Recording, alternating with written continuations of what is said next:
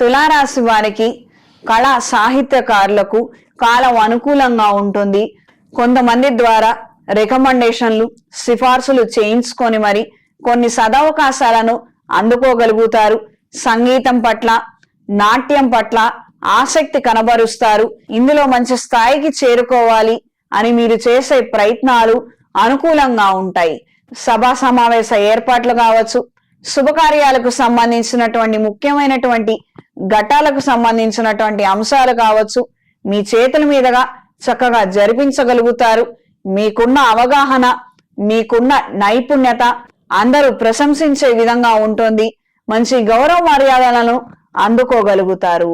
కుటుంబంలో ఉన్న కొంతమందికి మీ ద్వారా ఇచ్చే సలహాలు సూచనలు ఉపయోగపడి వాళ్ళొక మంచి ఉన్నత స్థాయికి చేరుకోవటం మీ మానసిక సంతోషానికి కారణమవుతుంది.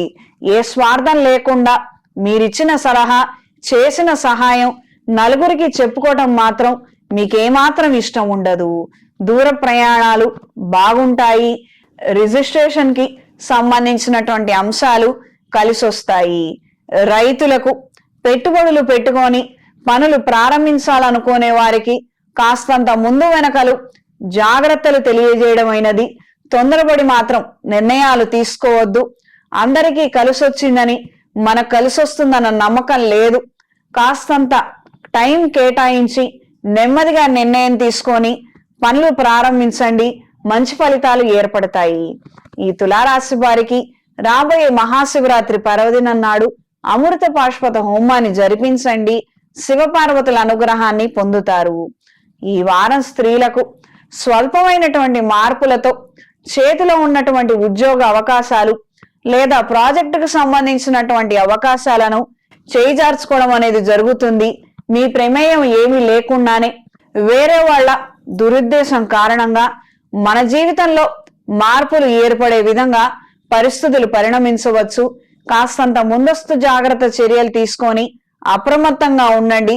ఉన్నతాధికారులతో సంప్రదింపులు చేసుకునే విధంగా ఆయా ఏర్పాట్లు, ఆ రకమైనటువంటి ఫెసిలిటీస్ ని మీరు పెంచుకోగలిగితే అన్ని విధాలుగా బాగుంటుంది.